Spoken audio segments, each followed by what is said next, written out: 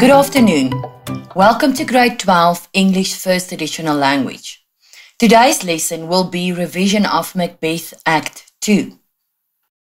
Now I know some of you are most probably not done with Act 2 at this stage, but don't worry, just listen carefully. We are going to go through most of the important parts of Act 2. Again, I would recommend that you sit with your book and your notes, that you can highlight and add notes while I am explaining. It's a beautiful day to learn something new. So here we go. Act 2, Scene 1. We start with a summary. We meet Banquo's son, Fleance. Banquo has been having bad dreams about the witches. Fleance's presence in this scene reminds us of the witch's prediction that Banquo's children will sit on the throne of Scotland. Banquo declares his unconditional loyalty towards Duncan, and Macbeth realizes that he would have to get rid of Banquo. Macbeth's overactive imagination makes him see a vision of a dagger floating in the air in front of him. The dagger's handle is pointing towards Macbeth's hand, and its tip is aiming towards King Duncan. He further thinks he sees blood on the blade, all of which is guilt-inspired hallucinations. Lady Macbeth rings a bell to indicate that everything is set for the murder. If we have a look at the characters. First of all, Macbeth. He is a moral coward in this scene. He changes his mind 6 times before he finally kills Duncan. He has a vivid imagination. He sees the floating dagger. If we have a look at Banquo, we will see he's loyal. He's loyal to Duncan and told Macbeth that he would do nothing to jeopardize his loyalty to Duncan. His character provides a foil to Macbeth's. On the slide in front of you on your screen, this is just before Macbeth kills Duncan. At first he addressed the servant where he says, "Go bid thy mistress, when my drink is ready, she strike upon the bell." Now we all know that this was the signal that Macbeth and Lady Macbeth have agreed upon, which will indicate that the way is clear to murder Duncan. It will imply that Lady Macbeth has finished her task of making the guards drunk, so everything is ready for Macbeth to go. At that moment, the servant exits and Macbeth is alone in the room. And this is what he says, "Is this dagger which I see before me, the handle toward my hand? Come, let me clutch thee. I have thee not, and yet I see thee still." Now the dagger that Macbeth sees shows his sensitivity and overactive imagination. He pictures a dagger floating in the air in front of him. However, each time he tries to catch hold of the dagger, he clutches empty air only, and the dagger moves out of his reach. Remember, it is only a hallucination or an illusion. It is an image of Macbeth's guilt and horrified awareness of the evil action that he is about to perform. Act 2, Scene 2. In the summary, Lady Macbeth is waiting for Macbeth to commit the murder. She says she would have killed the king herself, but he resembled her father sleeping. Macbeth kills the king. He hears whispers and sounds and is devastated about what he did. Macbeth forgot to leave the daggers and smear the guards with blood. He refuses to return to the room to do it. At that moment, they hear knocking at the gates of the castle. Lady Macbeth takes the daggers back and smears the guards with blood. When she returns, she comments that their hands are now also covered in blood. Her hands is covered just as his. They rush off to wash their hands and to put on some night clothes to pretend that they have been sleeping. A theme that comes to the front very strongly in this scene is the one of appearance versus reality. by smearing the gods with blood and placing the daggers on top of them. It would appear as if they were responsible for the killing of Duncan, where in reality Macbeth killed Duncan. If we have a look at the characters, again Macbeth with the vivid imagination. Right after he killed Duncan, he hears a voice telling him he will never sleep again as he has murdered sleep. Since the moment of the murder, this once courageous man becomes terribly insecure and he degrades morally. Lady Macbeth, she is not as cruel as she wants to believe she is because she could not kill Duncan herself. But we see she is more practical and less sensitive than her husband. She is capable of making the practical decisions after Duncan's murder to protect them from being exposed. Now, the practical decisions is directly after Macbeth killed Duncan, he returned to Lady Macbeth still holding the 2 daggers in his hands. So he did not smear the gods with blood and he did not place the daggers on top of them to take away all the suspicion from the Macbeths. And Lady Macbeth, with her practical nature, took the daggers from Macbeth and she smeared the gods with blood and placed the daggers on top of the gods. So now this is directly after the murder when Macbeth returned with the daggers, what I just spoke about. He did not put them with the gods and smeared them with Duncan's blood. And Lady Macbeth told him to go back and do it. And in the first line he answers her, "I'll go no more. I'm afraid to think what I have done. Look on it again, I dare not." So Macbeth refuses to go back and look at what he has done, and by that acknowledge the horror of murdering Duncan. And then Lady Macbeth insults him. "You infirm of purpose, give me the daggers." And then she says something very important. "The sleeping and the dead are but as pictures. It is the eye of childhood that fears a painted devil." So she says that the sleeping and the dead people are both the same. They look the same. It's a picture of the real person. And Duncan is dead. There's no reason to be afraid of him. Only children, it is the eye of childhood. Only children are afraid of paintings of devils. So she yet again attacks Macbeth's bravery. And then she goes on, "If he do bleed, I'll gild the faces of the grooms withal, for it must seem with their guilt." So she will go back, she will dip her hands in Duncan's blood and smear the guards with his blood, so they will seem guilty of the murder. And at that moment, the knocking starts. Now the knocking is heard from the main gate of the castle. Throughout the rest of the scene and the first part of the next scene, this knocking continues, and this increases the tension. It represents the presence of the outside world. The outside world means that the deed will be discovered.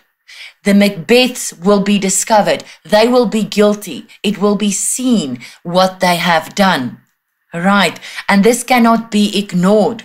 Because at the gate knocking is Macduff and Lennox, who have come to wake Duncan for his planned journey that day.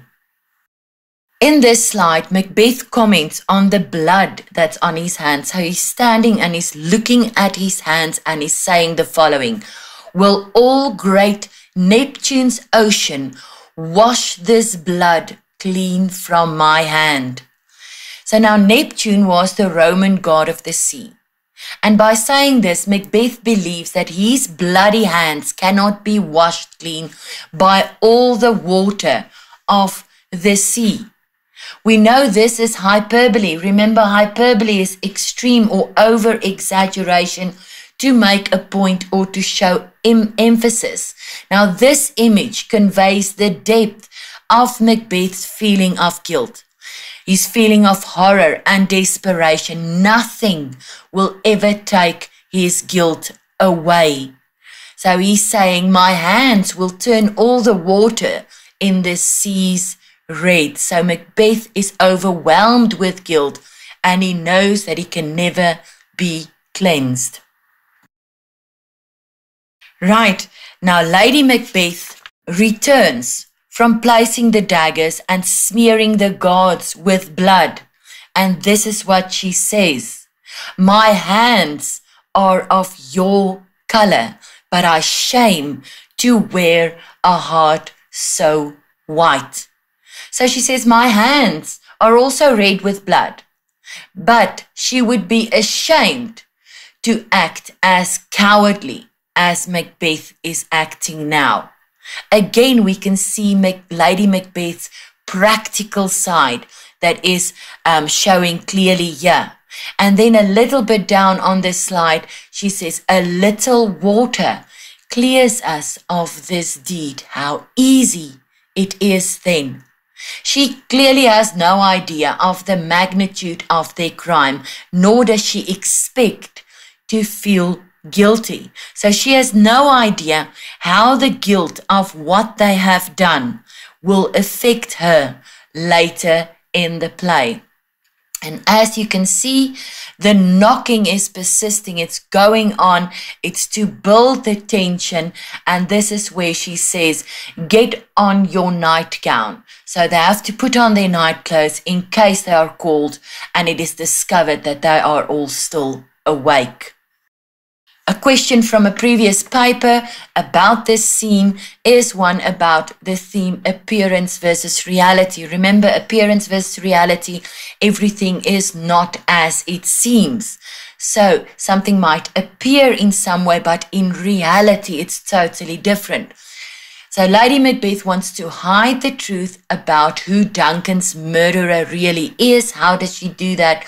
She plans to smear blood on the faces of the grooms. This will make it appear as if the grooms have murdered Duncan, but in reality, he was murdered by Macbeth. And then the act of washing hands will not remove the crime. It will remove the blood, but in reality, the guilt will remain. And then Lady Macbeth refers to the dead as if they were asleep, and Macbeth appears to be the stronger person, but in reality, it is Lady Macbeth who is dominant. Another question, the difference between Macbeth and Lady Macbeth's state of mind at this point in the play. Remember, when you are asked about two characters, you have to show a clear difference between the two. So you have to write it in two separate lines so that the marker can clearly see you are stating this information about Macbeth and the following information about Lady Macbeth. Look at the mark allocation for a question like this as well.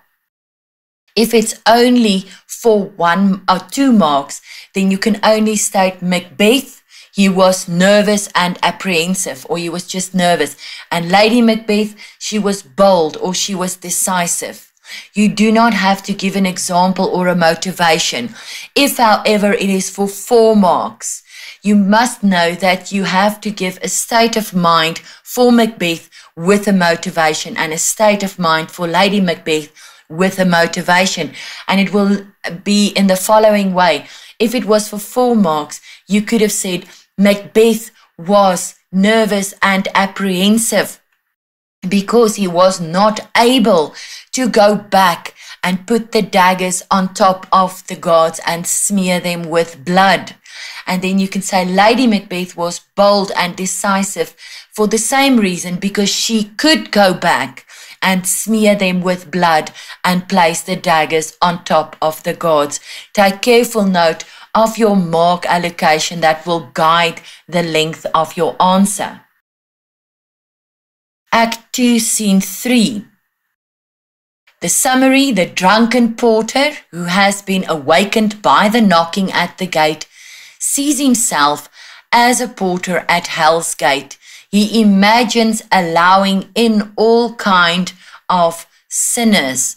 Now remember, the part about the porter is written as a comic relief after this very horrible murder scene that just happened.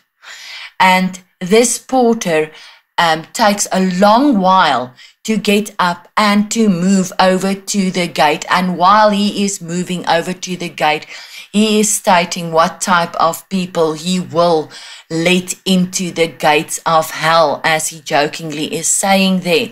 It's number one, to provide the comic relief, and number two, to provide Lady Macbeth and Macbeth with time to establish their alibi. In other words, to change into their night clothes and to pretend that they have been sleeping. He finally opens the gate to Macduff and Lennox, and they are soon joined by Macbeth, who pretends to have just been woken. Macduff discovers Duncan's murder, and Macbeth and Lennox rush off to Duncan's chamber. Lady Macbeth, Banquo, Malcolm and Donalbain enter in quick succession. Lennox and Macbeth return from Duncan's room. Lennox reports that it seems that Duncan's attendants were the murderers, as they and their daggers were covered in blood. Macbeth says he has killed them, an action prompted by both his anger, his loyalty, and his love to Duncan. This action immediately arouses Macduff's suspicion. Lady Macbeth faints, and Malcolm and Donalbain express their fear for their own lives. They decide to flee, Malcolm to England and Donalbain to Ireland. If we have a look at the characters in scene 3, first of all, the porter, he is still drunk from the previous night's festivities, so he serves as a comic relief.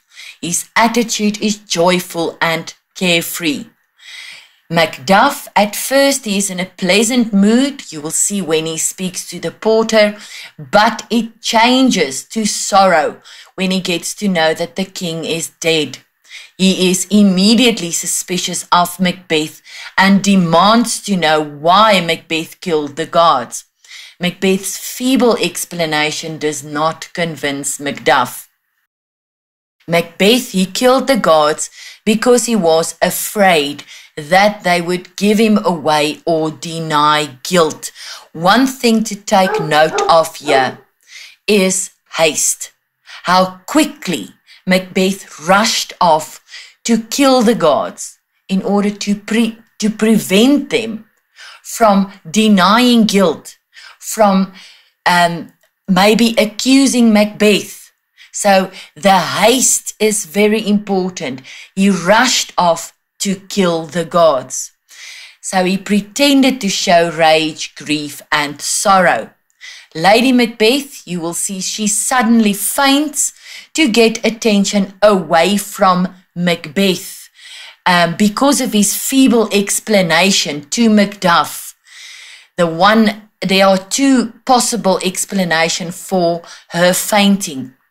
The one was to get the attention away from Macbeth because of his feeble explanation, or the other reason because she could not take the stress anymore. And then we have Banquo.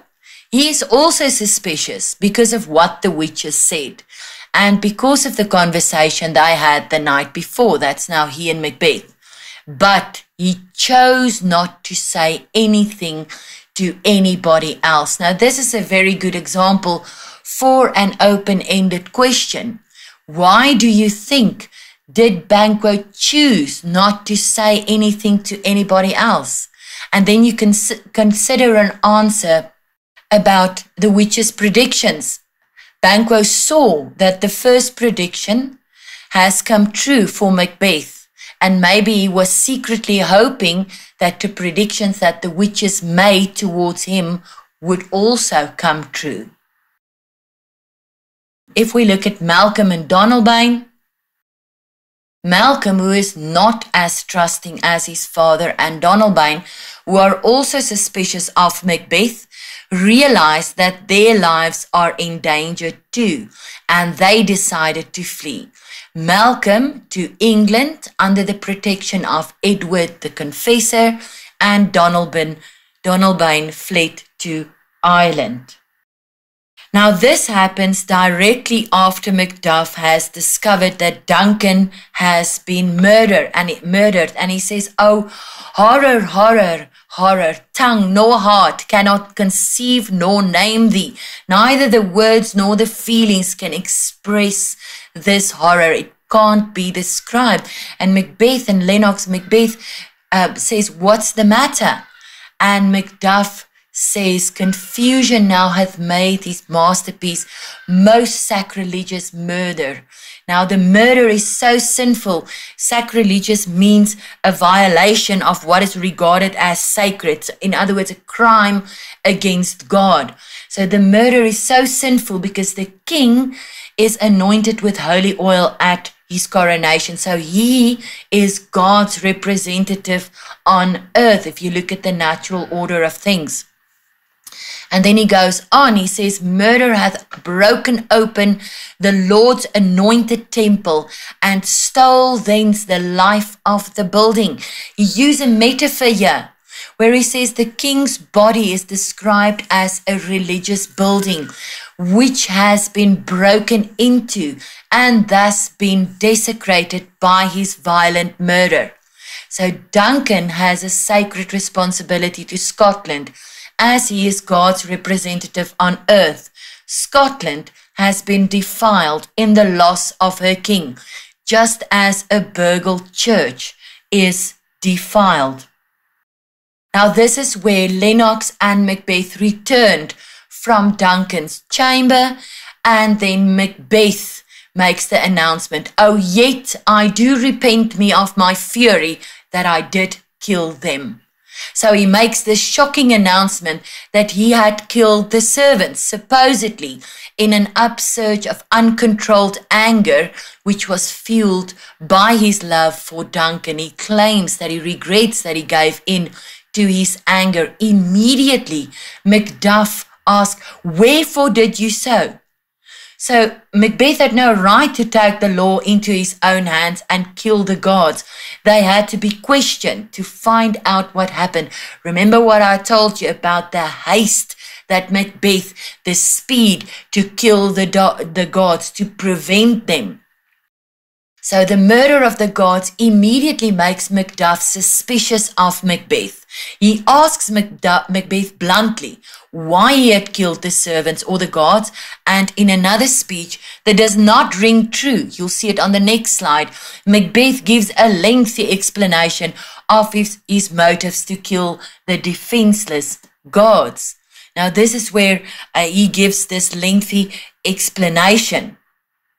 He asks if anyone who is filled with horror can be wise and bewildered, calm and furious, loyal to his late king and in control of his feelings at the same time. In this whole lengthy explanation, he's asking how could anyone who loved his king and has the courage to show this affection not take revenge.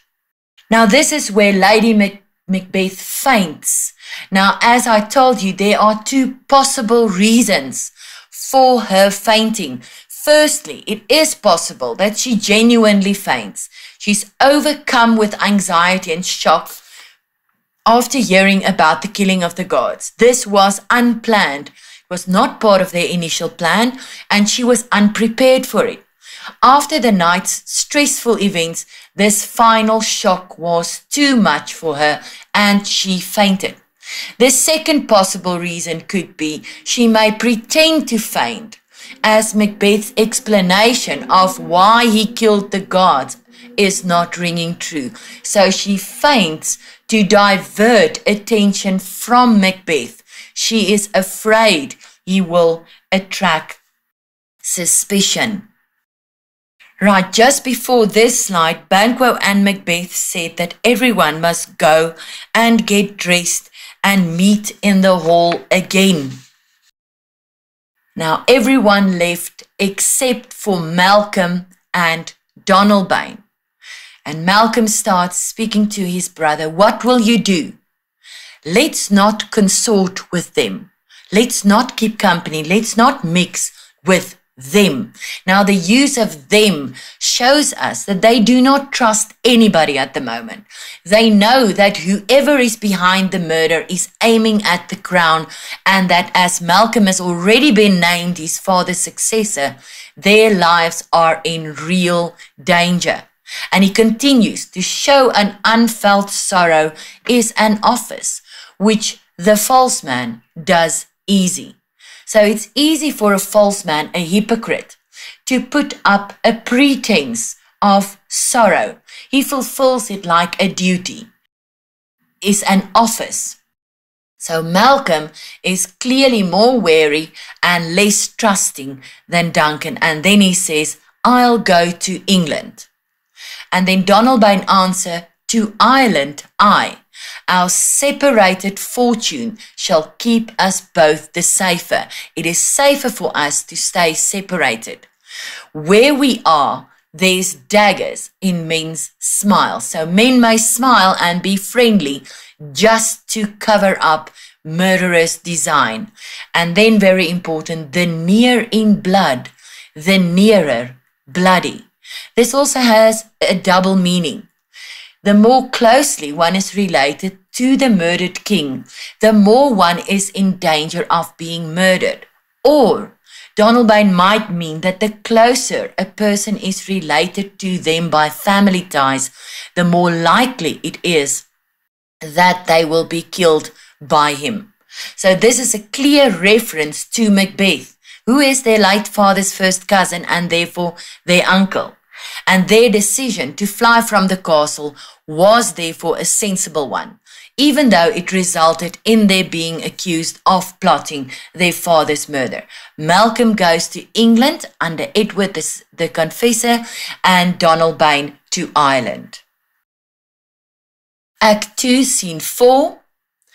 In the summary, there's a conversation between Ross and an old man about the number of unnatural occurrences in the weather and the behavior of animals, which cast a frightening shadow over Macbeth's rise to the throne. Macbeth has been made king. Macduff is suspicious of Macbeth, and his decision to go home rather than to the coronation indicates that he is going to be Macbeth's nemesis.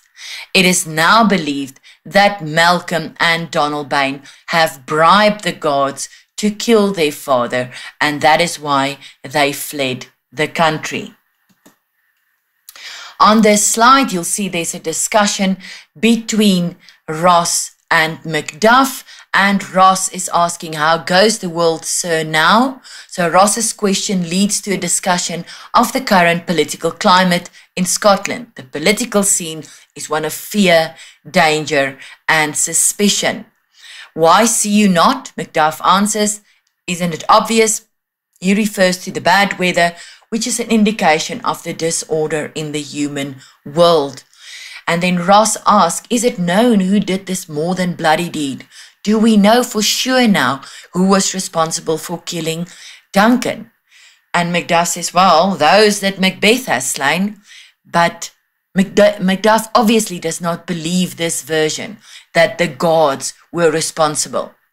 And then Ross says, alas the day, what good could they pretend? What advantage to themselves could they hope for by killing the king?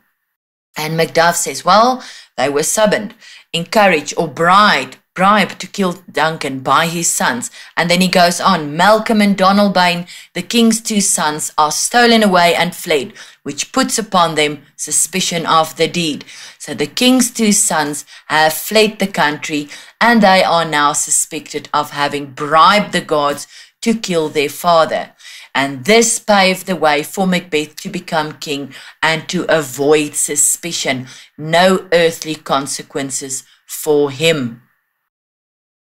And then this is where Ross is asking Macduff, will you to Scone now? That Scone is the place where all the Scottish kings are crowned. And now again, remember I told you about the haste with which Macbeth ran or sped to kill the gods. Again, take note of the haste here. Duncan is not even properly buried yet, and Macbeth is already off to Scone to be crowned King of Scotland, in a hurry, with haste, to prevent anyone from stopping him. Okay, so now Ross asks him, are you going to the coronation? And then Macduff answers, no, cousin, I'll to 5. Now 5 is where Macduff's castle is, and by saying no, he will not attend the coronation. He's actually saying it's because I suspect foul play. He shows by his absence that he does not support Macbeth as king. He's not willing to pledge his loyalty at the coronation. So from the very beginning, the moment that Macbeth killed the gods and Macduff questioned him, he suspected foul play. And now he openly shows that he is not loyal to Macbeth by refusing to attend the coronation of Macbeth at Scone. Ross answers him that he will attend Macbeth's coronation to see him crowned as king. And Macduff answers him, well, may you see things well done there. Adieu, lest our old robes sit easier than our new.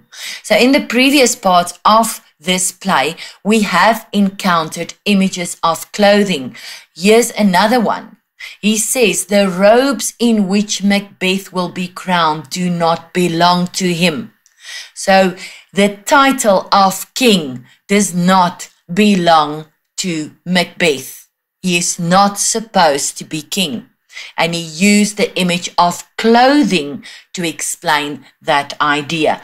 Macduff expresses the hope that things may be well done at Scone so that conditions under the new king would not prove worse than under the late King Duncan.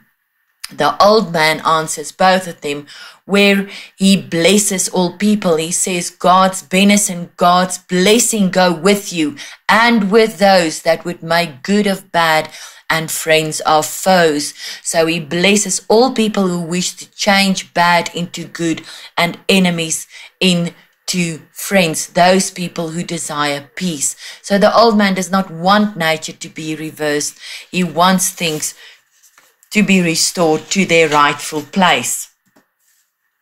If we have a look at a few example questions about Act 2, what are Banquo's concerns about the witch's prophecies and what is Macbeth's response? Now this is in Scene 1, Act 2, Scene 1, where Banquo tells Macbeth that he had bad dreams about the witches and a part of it has come true. And then Macbeth says, he has not thought about the witches at all. So he's lying to Banquo. Question 2. What does Macbeth see when Banquo and Fleance leave? And what does he say about it? Now that is the moment when he says, go bid thy mistress when my drink is ready. The servant leaves. He's all alone. What does he see? He sees a bloody dagger floating before him. And what does he say about it? He knows, he realizes it's a hallucination because of his guilty conscience. And then number 3, what was Lady Macbeth unable to do in Duncan's chamber and why? Lady Macbeth was unable to kill Duncan because he looked like her father. He resembled her father. Number 4, what was Macbeth's reaction when he returned from Duncan's chamber? And what did he say?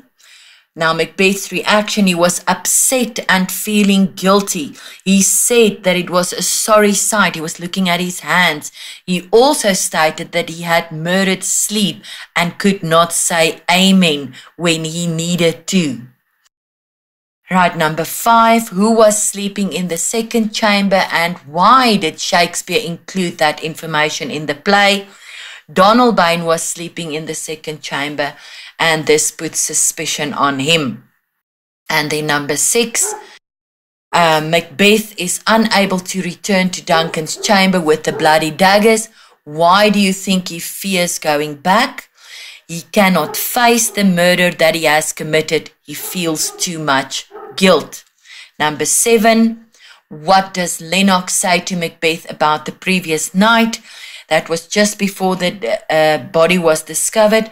Lennox says that there was a bad storm and he has never seen one this fierce in his life. And then number 8, who discovers that Duncan has been murdered? That would be Macduff. Number 9, why does Macbeth say he has murdered the guards? Macbeth says he murdered the guards because they killed Duncan and he was so angry and grief-stricken he could not control his rage.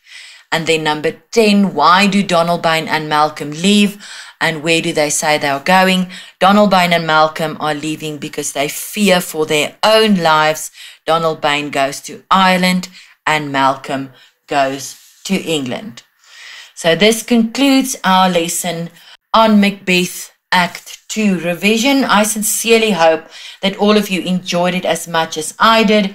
Have a wonderful afternoon and make wise choices. Goodbye.